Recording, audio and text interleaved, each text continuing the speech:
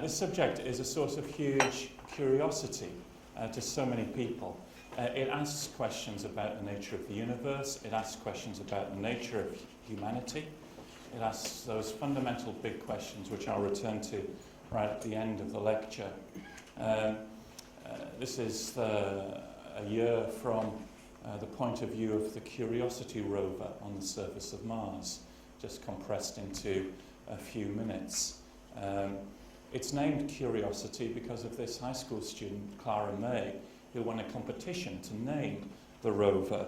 She wrote, "Curiosity is the passion that drives us through our everyday lives.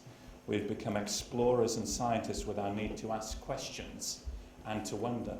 Thank you. You're going to turn down the volume on the video. I knew I'd forget something.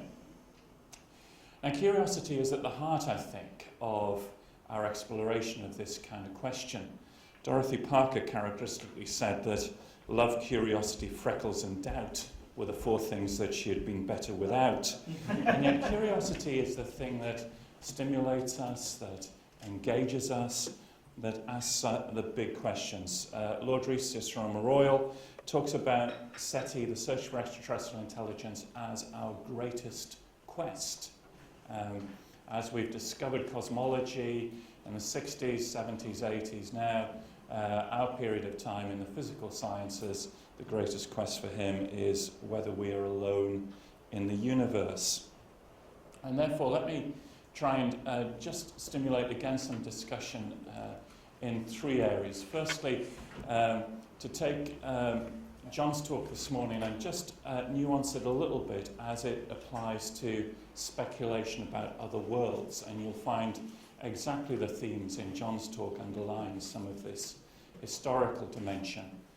Secondly, some of the key scientific arguments as we have them at the moment, some of the discoveries and the uncertainties, and then what might be a constructive dialogue, particularly from my own perspective of Christian faith. This isn't meant to say that Christian faith is the only faith community that's engaged with these questions.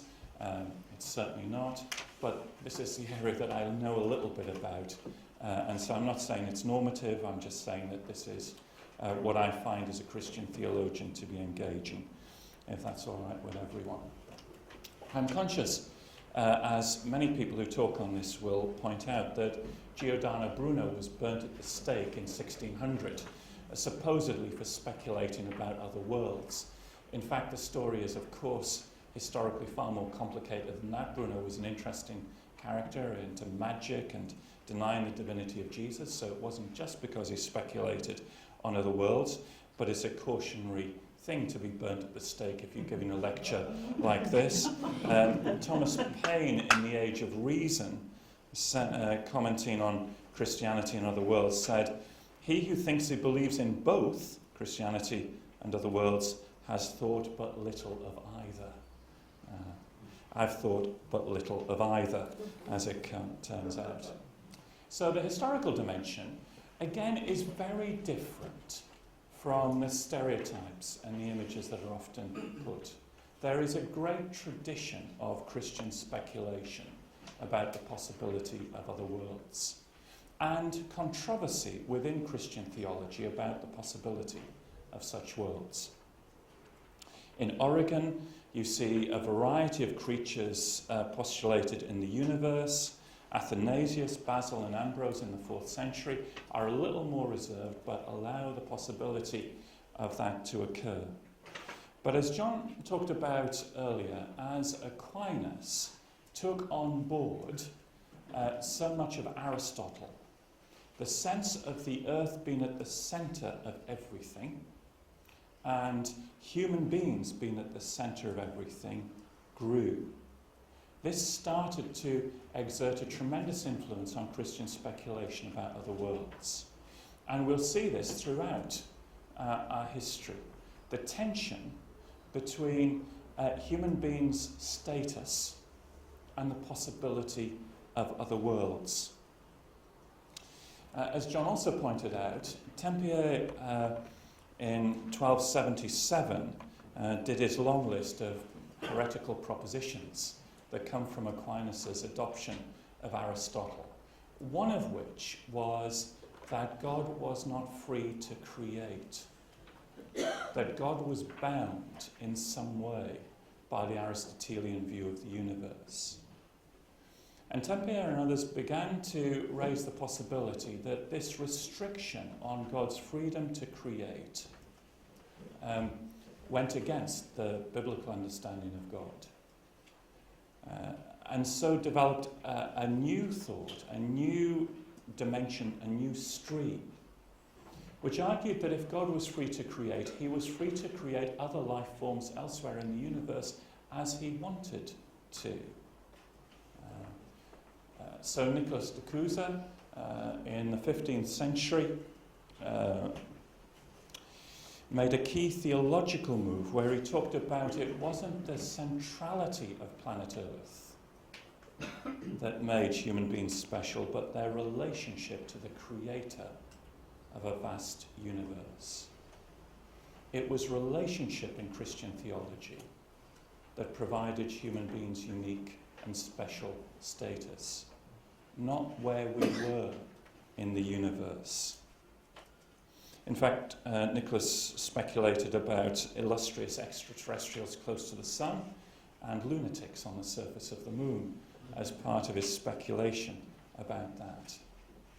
As the vastness of the universe began to be disclosed, as Huygens and Bentley and others constructed telescopes and looked at just how big the universe was, and of course they didn't have the Hubble Space Telescope looking at the Hubble Deep Field or anything like that, but nevertheless they began to see that there were galaxies and stars, and Bentley and Huygens began a form of argument which then developed, which went like this.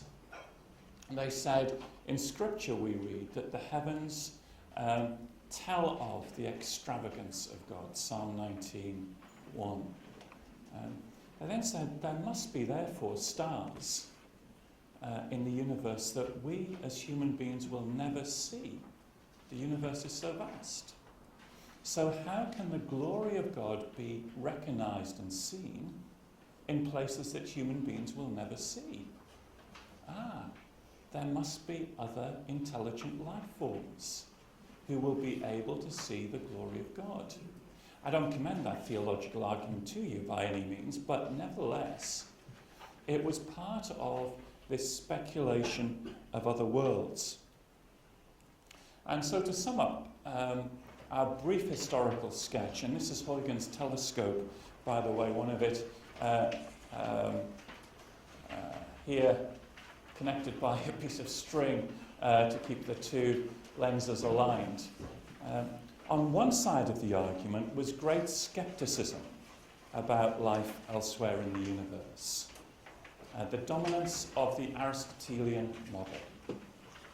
Questions about how can we keep human beings special, their status. And then further questions which came from that, which were about if there were other intelligent life forms, how could they be connected to original sin if we'd never had any connection with them? And what was the nature of the work that Jesus did on the cross as related to other life forms? Some of these themes will come back in the 20th century very strongly, but they were there in the early history of speculation about other worlds. But on the other side of the argument were a number of other theological themes. God is free to create. Who are we to limit what God has done? That God creates with extravagance. We begin to see a universe with so many stars and so many galaxies. God is an extravagant creator. Why not extravagance, not just in stars, but also in life forms? That what made human beings special was the gift of relationship, grace, rather than our position in the universe. Then a sense that if God was the sustainer of the universal laws of physics, the laws by which we had developed and enjoy stable life, so why not elsewhere in the universe And then the sense that if this is the kind of world that we live in, the only way to really find out was to look at the heavens, the importance of observation. And as John again so beautifully brought out, a whole number of factors, political, economic, methodological, came together to allow the importance of observation. And within the SETI debate, that importance of looking at the universe in order to find out what was there, scientifically and theologically, became, I think in my mind, foundational for eventually a SETI program that looks at the universe, something that as a Christian I want to support. That actually the arguments that I'm going to present to you are interesting scientific arguments, but we need to keep looking, search for extraterrestrial intelligence. You remember that famous play on words, Tommaso Cassini's critique of Galileo in a sermon, where he takes some words from the beginning of Acts and plays little word games and says, "You man of Galilee, why do you keep looking at the sky? Galileo, why are you pointing your telescope at the sky? What's the point of it? That's not how you find out about the universe." Well, actually, it is for me, and I'll come back to that a little later. If that's just a very brief sketch of the historical background, let me go on and now talk about what I said yesterday is, I think, a crucial moment in our whole speculation about SETI. And I'm sure Jennifer will pick this up as well this afternoon. Because today, the discovery of exoplanets has given a new cutting edge to this whole debate. And it's everywhere. In fact, if we go back to 1994 and I was giving this talk, I would have said we're completely unsure whether there are other planets outside of our solar system. Theoretical models might suggest that there are, but to be honest, until we find some, we don't know. Then in 1995, the Swiss team discovered our first exoplanet. A planet around 51 Pegasi, 48 light years from the Earth. And then we thought, well, that is an amazing discovery. And now we might get 10 exoplanets. We might be able to, they're very difficult to see. How many exoplanets have we got? Well, I checked a couple of days ago, and currently there are 1,803 exoplanets known. They're plotted here as year of discovery, planetary mass, and you see we start off with 1 or 2, and then it just goes wild. If you've got the app Exoplanet on your smartphone, it'll tell you almost each day what new planet has been discovered and all about that planet. Yeah, thank you. The yellow line is the mass of these planets compared to the mass of Jupiter. This is the mass of the Earth. So I'll come on to say that a great deal of our discoveries have been of very large planets, and particularly the early discoveries were of large planets. Now we're beginning to see Earth-like planets, and that again has changed our conversation. Yeah, there are 1 or 2 observations which then people have gone back to and said, yes, that was possibly. And one is a pulsar, which is a bit odd. Now, sorry, let me just go back to that. One can't stress how difficult it is to see exoplanets. If you're close up to a star and a planet, that's fairly easy to see. But imagine moving away at some distance from that system. What happens, of course, is that the planet becomes extremely difficult to see because of the glare of the background star. Rather like holding a torch beside a big searchlight. you can't see the torch anymore because of the glare of the searchlight. And so a number of experimental techniques have been developed, observational techniques, which have been just fantastic. I mean, the science on this is terrific. For example, the first is called the radial velocity method. And this notices that as a planet revolves around a star, the star, because of the gravitational pull of the planet, wobbles a little bit.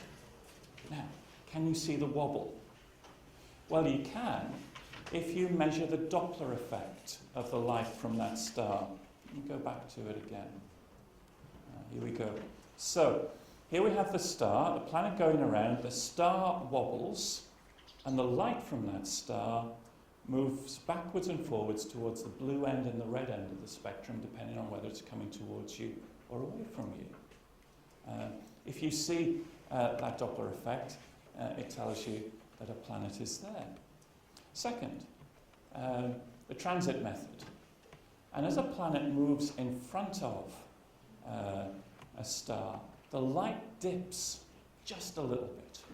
Not very much, but just a little bit. And if you see that little dip, it tells you a great deal about the nature of the planet that's going there. Now, of course, it's very difficult to see such a little dip in the light curve.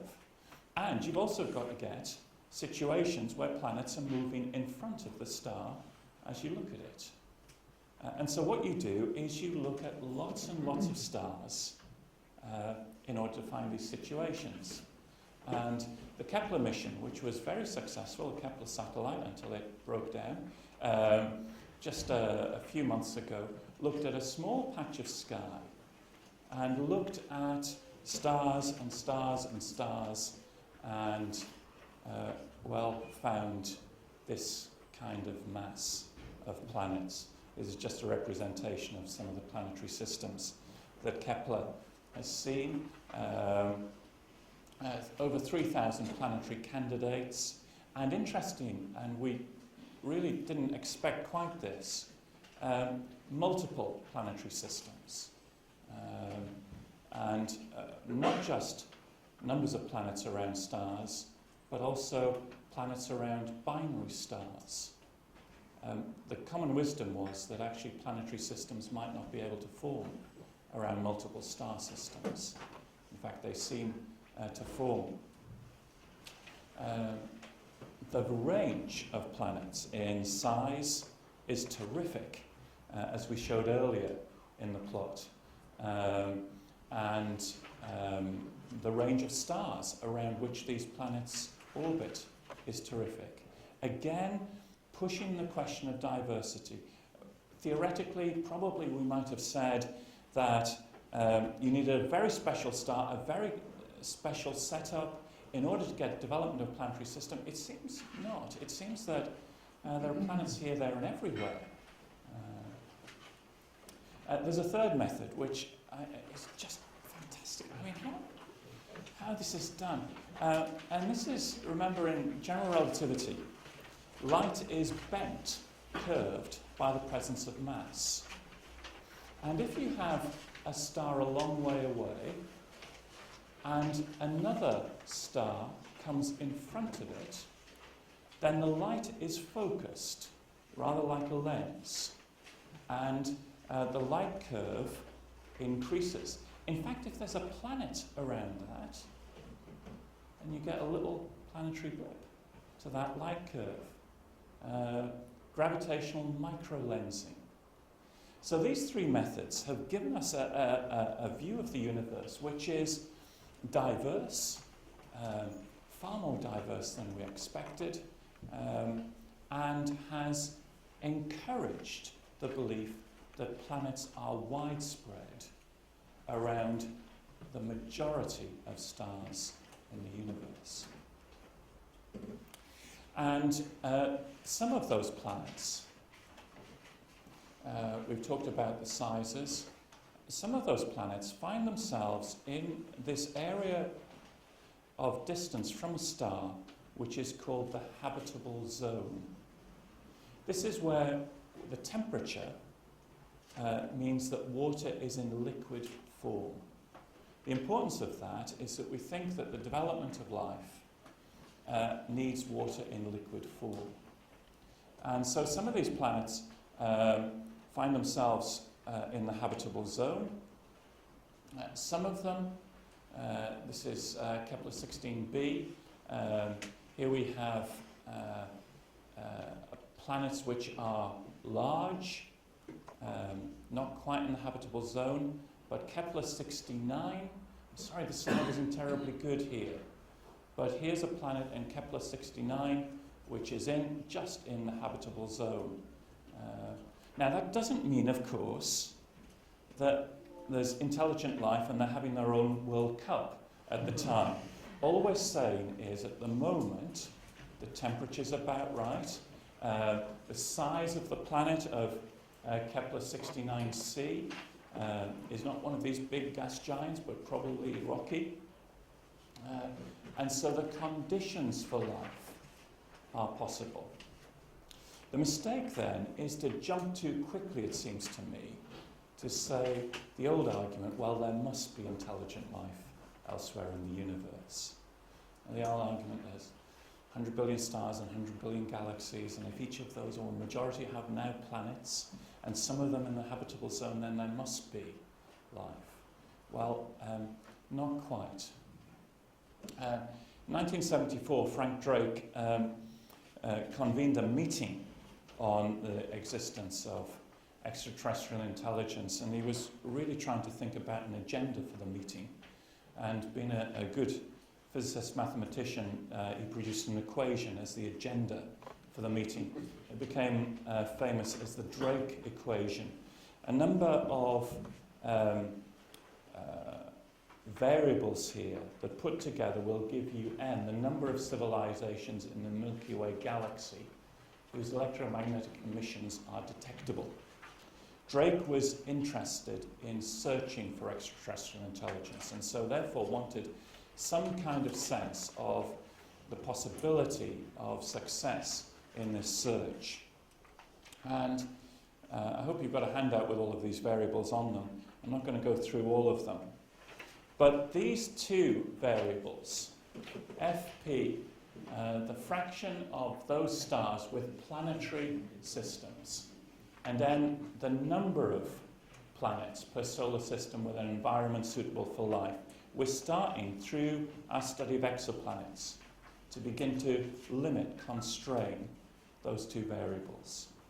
However, there is a whole set of variables that still need to go into this. The fraction of suitable planets on which life actually appears, the fraction of life-bearing planets on when intelligent life emerges, the fraction of civilizations develop a technology that allows them to send signals, the length of time that such civilizations release detectable signals into space before they get bored or lose the plot or destroy themselves or whatever it might be. It's simply to say, the mantra, it's a little more complicated than people often give it credit for. In fact, the way that this kind of science is worked out in the media doesn't do justice to its complexity. When Miller and Urey did their classic experiment in 1953 of putting together a series of gases that they thought were constituent of the early Earth and sending through it a magnetic and electrical discharge, and they got a red-brown sludge, you remember, amino acids. It's very easy then to say, well, if you can make amino acids in a test tube in the University of Chicago, can't you make it everywhere in the universe? This is an easy thing, amino acids, life, etc.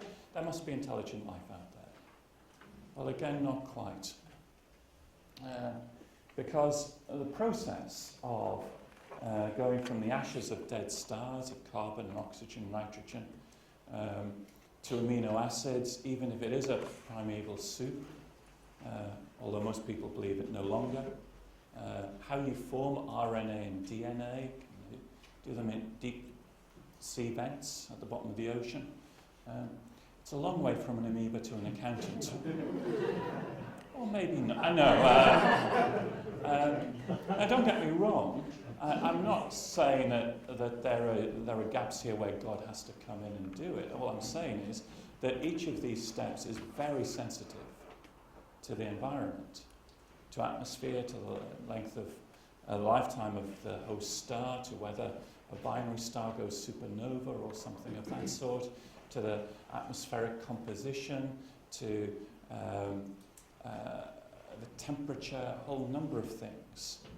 And so when we talk about SETI, we're talking often about intelligent life. And even then, how we define intelligence and consciousness are really interesting questions. Stuart Sutherland, in his entry on consciousness in an encyclopedia, said that nothing that's ever been written about consciousness is worth the reading. Dan Dennett writes a book called Consciousness Explained. Where do you put yourself between those two things? There are many things that we don't yet understand in characterizing this process. So let's not jump too quickly from the possibility of life to the possibility of intelligent life. For instance, the galaxy could be full of bacteria, but for Star Trek that's not very interesting. To boldly go to seek out even more bacteria doesn't make interesting television. It's intelligent life that we're particularly interested in.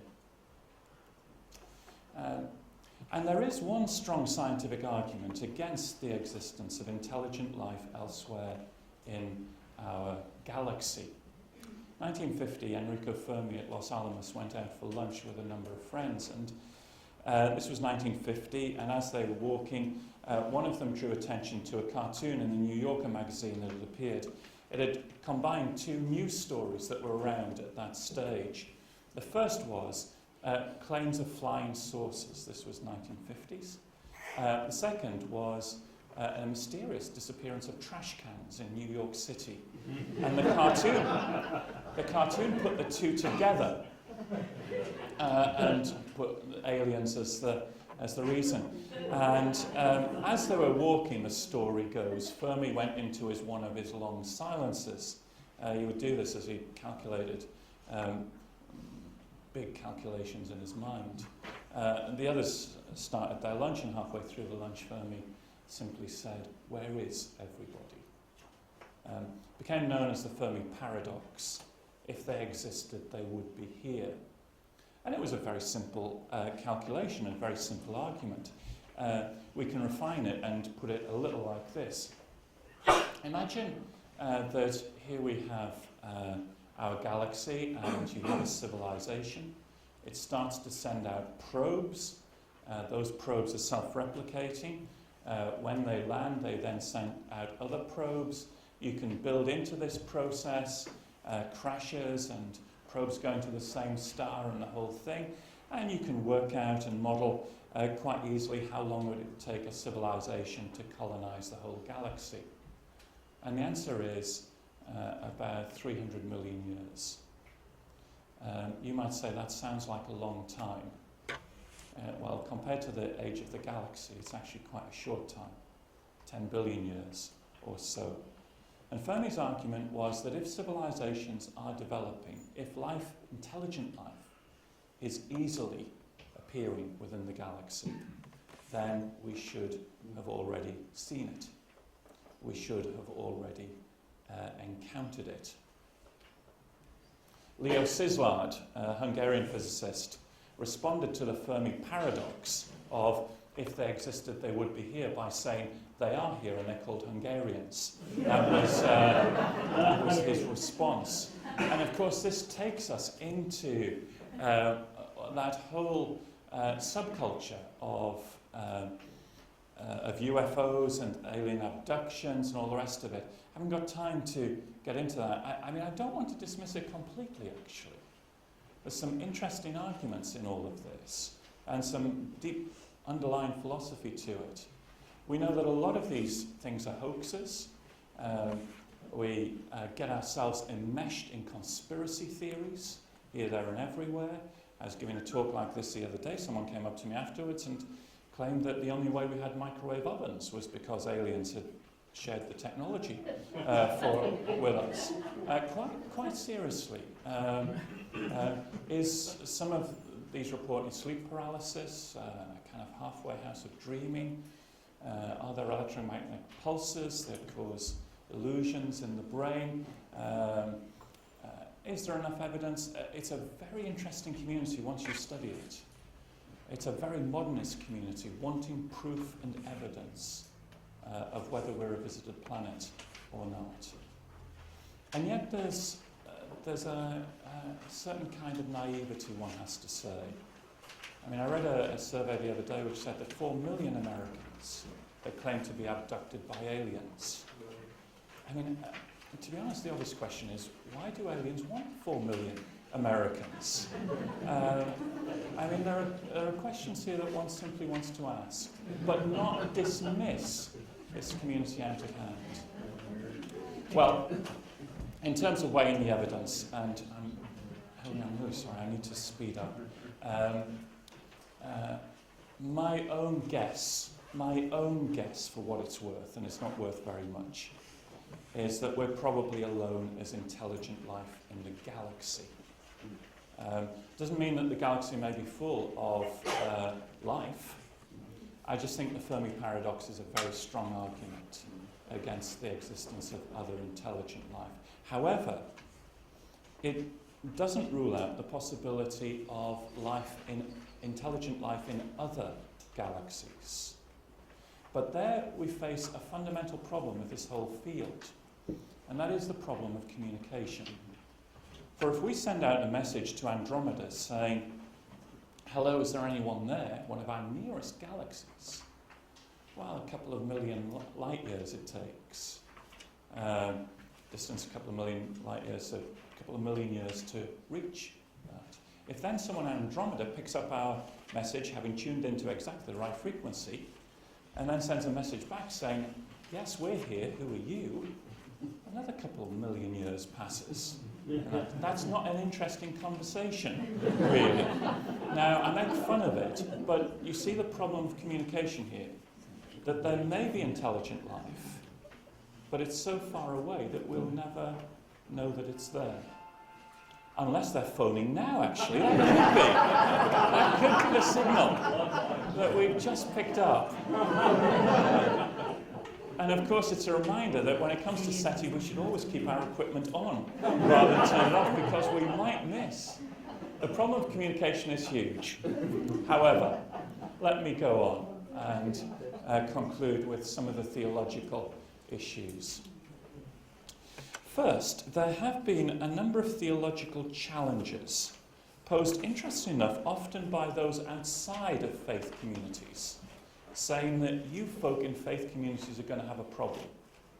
And in fact, that's been shown in a lovely way by Ted Peters, who surveyed a number of Christians and other faith communities who said, we are quite relaxed about the discovery of extraterrestrial intelligence. But then his interviews of people outside the faith communities showed that people thought that those in faith communities should have a problem. It's a perception thing. Paul Davis has picked up on this and says perhaps aliens will give us evidence for cosmic design. Perhaps life that's widespread in the universe, intelligent life, gives us more, not less, reasons to believe in cosmic design, a re-emergence of the design argument.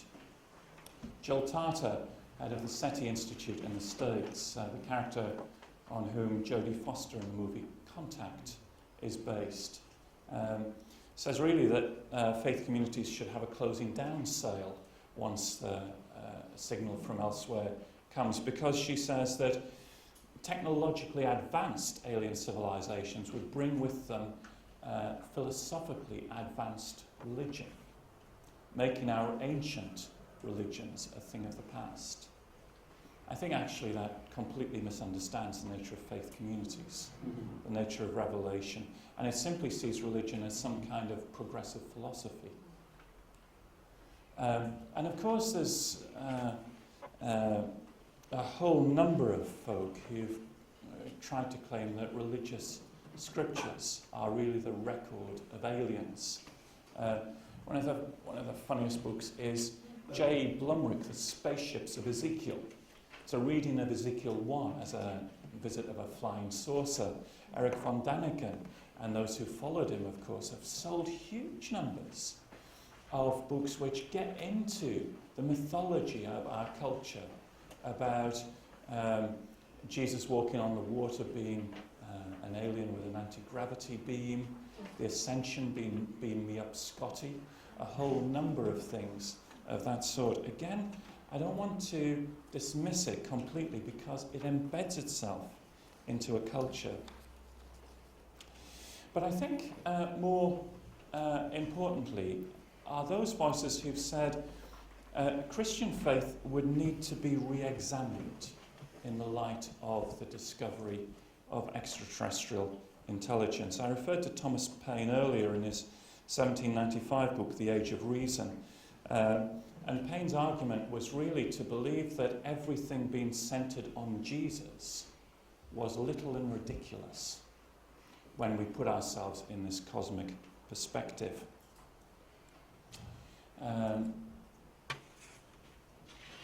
I think this is a challenge to that view of human beings, which we still inherit from Aristotle, which says that we are special because we're at the centre of everything. That still embeds itself within Christian faith, that we have to be the only in order to be loved.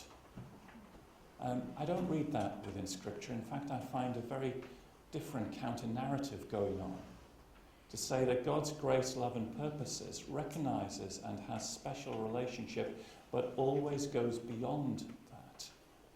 Always is special but not exclusive. And so my wife is one of 4 children. She has a special and exclusive relationship with her mother in one sense, but that doesn't mean that her mother doesn't love the other 3 children in often different and varied ways, but it's the same love. I think the creation problem is not a difficult one. More interesting for Christians is the question of redemption and how the Jesus event relates to the rest of the universe. And here Christian theology has had a disagreement, the few who've speculated about it. Milne, who we talked about yesterday, concluded that really the Jesus event, particularly his death on the cross, had to be once for all. He could not imagine a Calvary on other planets elsewhere in the universe. The trouble with the logic of that was for Milne that Christians then had to become cosmic missionaries, taking the gospel to different parts of the galaxy.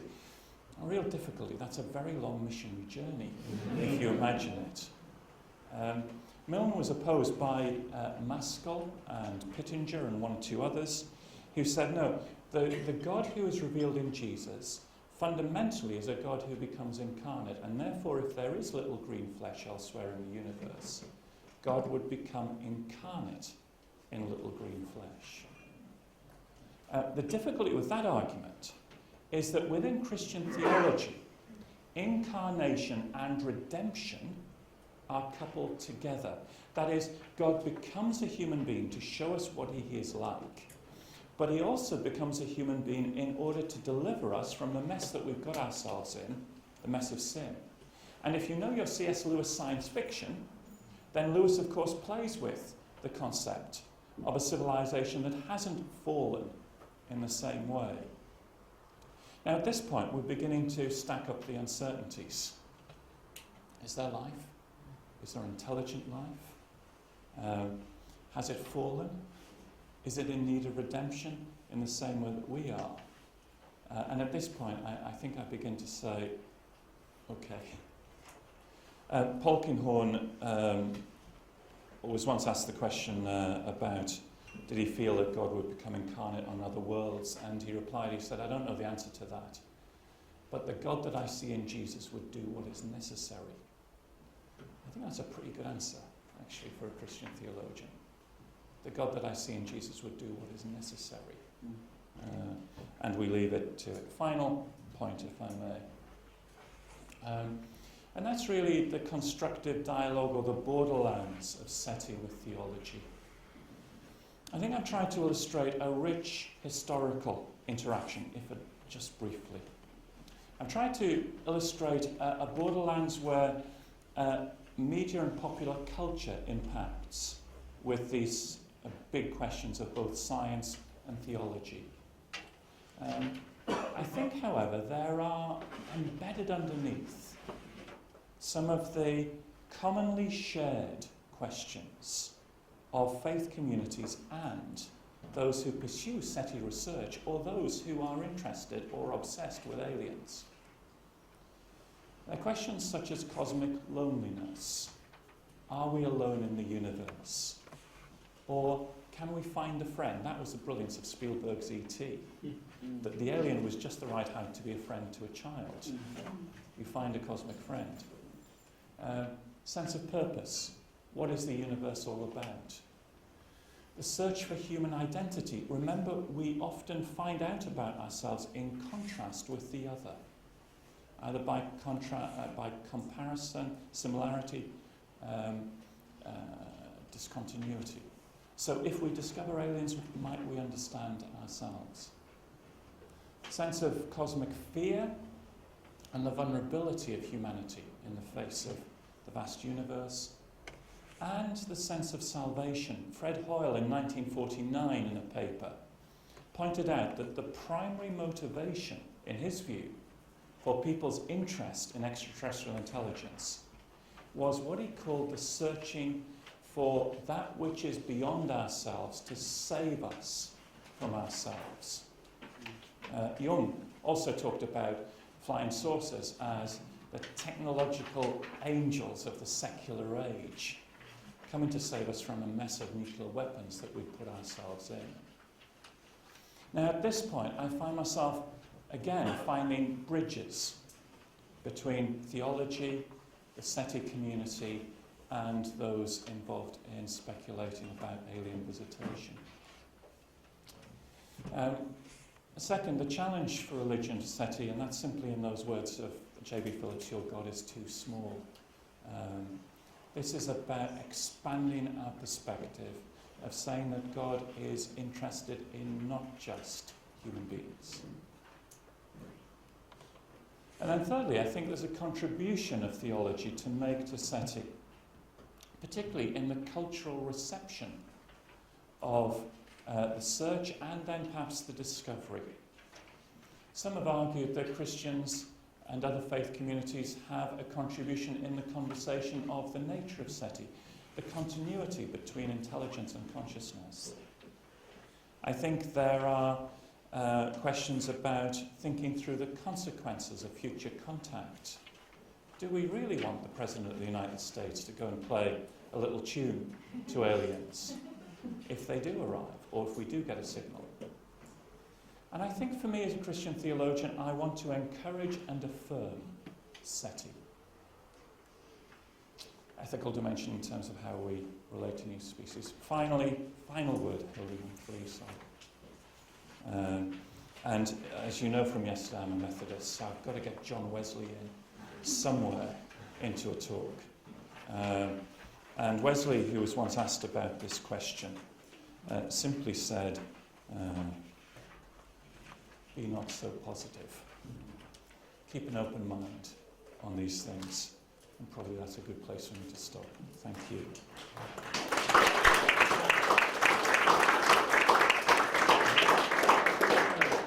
Thank you, David. Absolutely fascinating. We have got some time for questions, and Lizzie's got the microphone.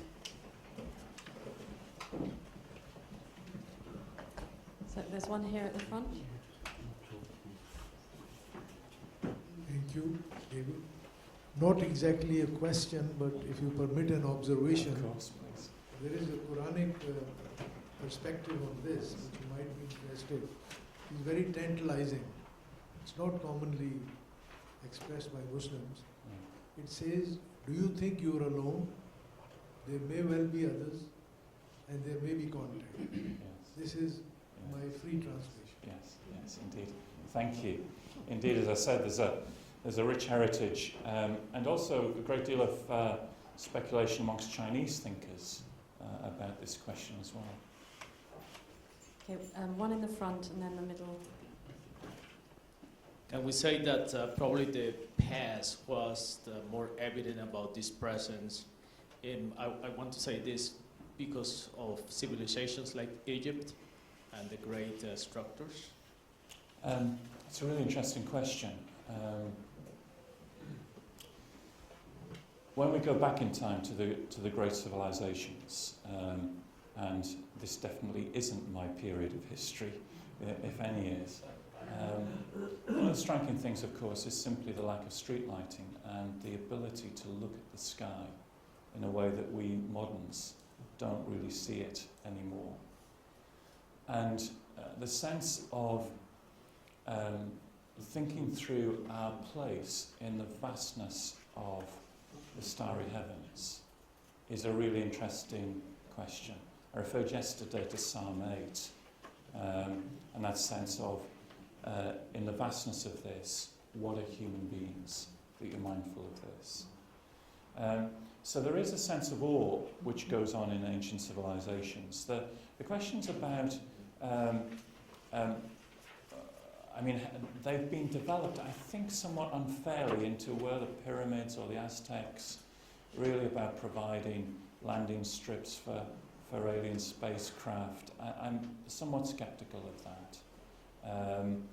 But I think the openness to the possibility of life in other worlds is there in most ancient civilizations.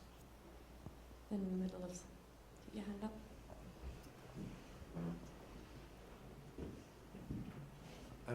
I was wondering about, so you spoke about how exoplanets change the rotation of suns.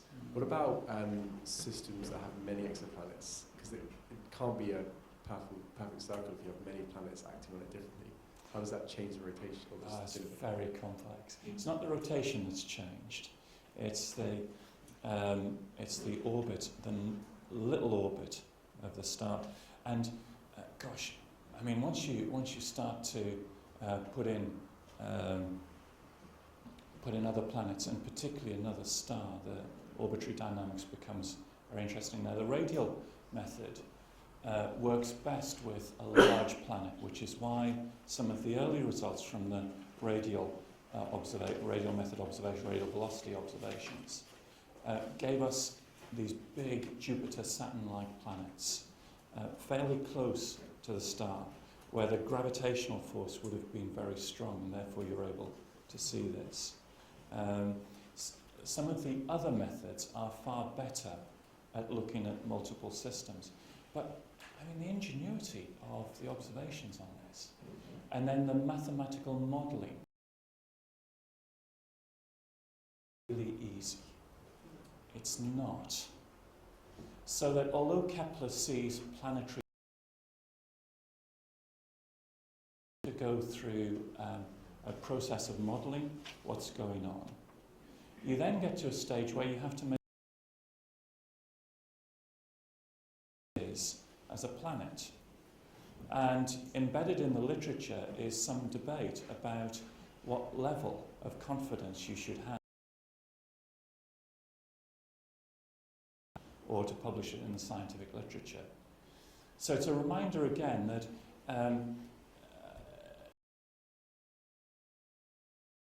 telescope and getting a computer printout and saying this is the way the universe is.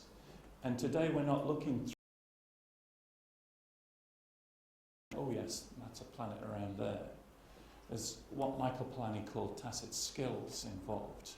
The assessment of evidence, the matching of theory and observation, judgment on the amount of evidence that you have, and then the scrutiny of the astronomical community to what's going on. And you'll also find in the literature claims that one group has made that such and such is a planet, then being challenged by another group saying, well, we don't find exactly the same, or we don't have the same confidence that that's a planet. So your question exposes a really important dimension to science in all of this, which is difficult to represent in this kind of short time that we have.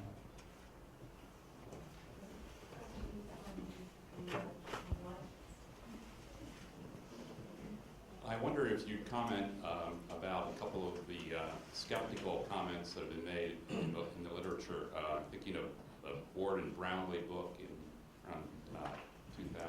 Rare earth. Cosmology. Where they argue that in rare earth, they argue that perhaps life is very common, but only simple life. Yes. And then the recent book by Paul Davies, The Eerie Silence, where he suggests that since we don't understand how life began, we can't really talk about its probabilities. It may be close to zero. Yes. What about those few skeptics who are saying maybe there isn't a lot of life out there? Yeah, it's a very good question. And the Ward and Brownlee book was originally published quite early in the whole exoplanet development, and at a time when really we didn't have an awful lot of comparison data as we have today. And I wonder if it was redone, whether it would be exactly the same. But nevertheless, it's interesting that astronomers are very positive about the possibility. And biologists, I'm making a huge generalization here, biologists are more skeptical. The astronomers see just how many stars and how many possible planets there are out there. The biologists see how sensitive the process of evolution is to the particular atmospheric conditions. And so there is a difference of opinion. Now, Paul is an interesting character in this, because The Eerie Silence is a rewrite of an earlier book called Alone in the Universe. Are We Alone? Of course, in his own journey, he's started to get much more into biological questions as he's gone on. I think he points out that we can't be sure, and indeed the best interpretation of the Drake equation is that the probability is between 0 and 1 of whether there's other life elsewhere in the intelligent life elsewhere in the galaxy. I mean, that's in a sense all we can say at the moment, because of the uncertainties that we have. But exoplanets have shown that we can start to narrow down some of those uncertainties. And it is one of those scientific questions which need different areas of science to cooperate together to come to some kind of agreement. Unless, of course, we get a signal which we see, and that will change the whole picture.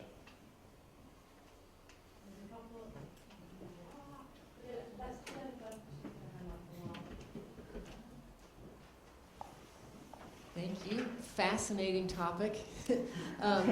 I was wondering if you could comment theologically on what you think. You said that in your view, there might be intelligent life in other galaxies. You're Yes. concerned about their, since we made no contact in this one. Okay, the theological question is, for Christians, at least some see that the redemption of Christ on planet Earth had some sort of redemptive effect for all of creation. Yes.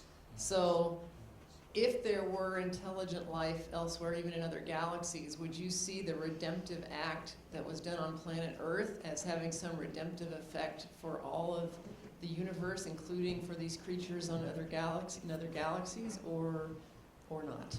There you go. Jennifer, I think my answer is I don't know. I find myself in a theological struggle between the Milne line and the Maskell line, and depending on which day you ask me, I find myself in different places. Part of the theological question is how we relate, as Norman Pittinger highlighted, the Jesus of history to the cosmic Christ. And that's always been a question for Christian theology. How you relate those two things. And it undergirds exactly your question. And I think, honestly, I don't know. Part of the excitement of SETI is actually to find out, as we encounter, what that experience of God in other cultures has been, other alien cultures. My slip there betrays something, of course, because I said, to discover what other cultures have found. There's an interesting parallel and an interesting challenge for this in Christian theology, which is how to relate the particularity of the life, death and resurrection of Jesus of Nazareth to other cultures on the earth. So if you do say that God becomes incarnate in different cultures, alien cultures, the question is, why hasn't he become incarnate in different earth cultures? Why was there a particularity, as Christians believe, for that? Other faiths will believe different things about God's revelation. So, I'm sorry about the slides of Durham. This isn't meant to say that this is an alien place. So these are difficult questions. Now, I'm basically copying out of giving an answer on this, but quite honestly, I don't know. Okay, in the middle here. Bearing in mind the way we treat other species on Earth, including other intelligent species on Earth, and indeed how we treat one another, do you think it's very sensible to try to find an intelligent species elsewhere? No, well, I mean, there are arguments which say, first of all, our history of colonial expansion gives a terrible model and foretaste of that which may come. And the ethical dimension, which I ran out of time to say, is there are ethical questions about a whole number of encounters with other species. If, for instance, the Martian surface has its own very primitive life deep down under the surface, should we respect that as its own biosphere? Or will we contaminate it by visiting Mars and looking for that life at one level? And then will we, and there's a lot of science fiction about this, of course, will we simply go and use other worlds for our own economic prosperity and our own expansion in order to get away from a dying sun and therefore take over other worlds? The converse side of the argument is, should we be broadcasting our position to alien civilizations who might say, oh, that looks an interesting place to take over? And when Drake used the Arecibo telescope to send out this very powerful signal to say, we're here, this is what we're like, Martin Ryle, the then astronomer royal, said, oh, just hold on a moment. This isn't the right thing to do. We're broadcasting our position, and Hawking from time to time has said this, we shouldn't be disclosing our position in the galaxy. Now, theologically, I feel much more positive about this, even though Wesley said be not so positive. On this one, I'm more positive. And that is, I do believe that if there is intelligent life created by the same creator God, there will be some common foundation providing relationship. And I am hopeful and optimistic and excited about the encounter. And that's not to say that I neglect the sinful, brokenness of human beings, and therefore we have to be careful about what we do. And indeed, the sinful and broken nature, perhaps, of other life forms, intelligent life forms in the universe.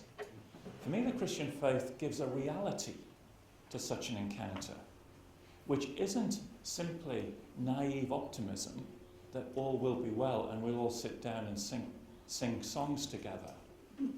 Nor does it go to the other extreme and says it will all be warfare.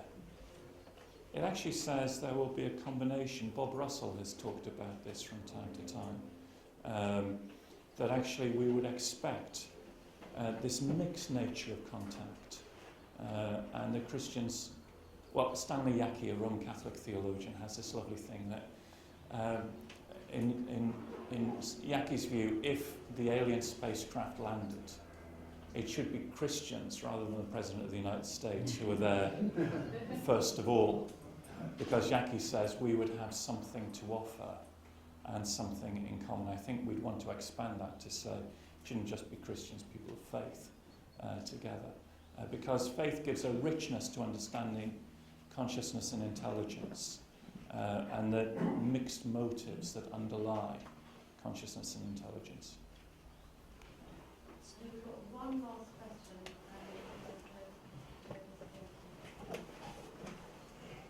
I'm assuming you've had direct contact with people that have claimed to have had contact.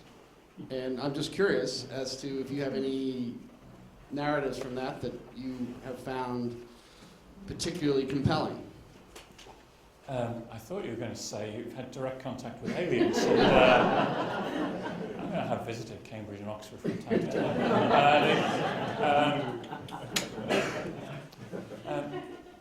I think that the narratives are really varied, and that's why I don't want to dismiss people's narratives, as that's, people who don't have minds.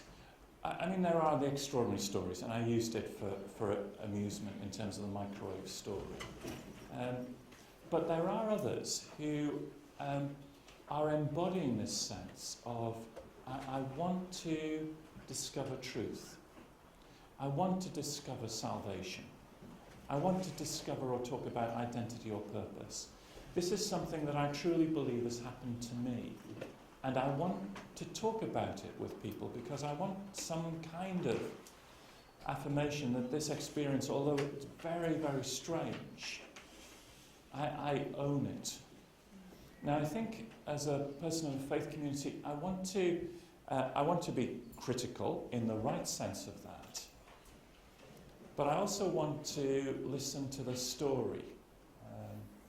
Acts 17, Paul in Athens.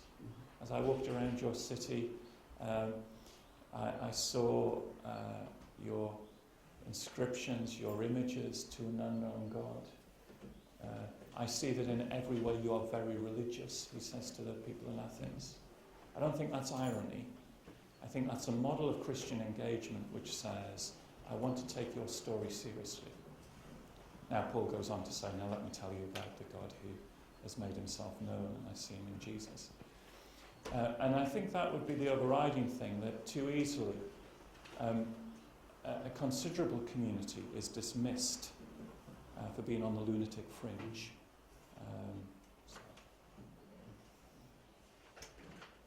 Well, thanks very much, David. That was fascinating.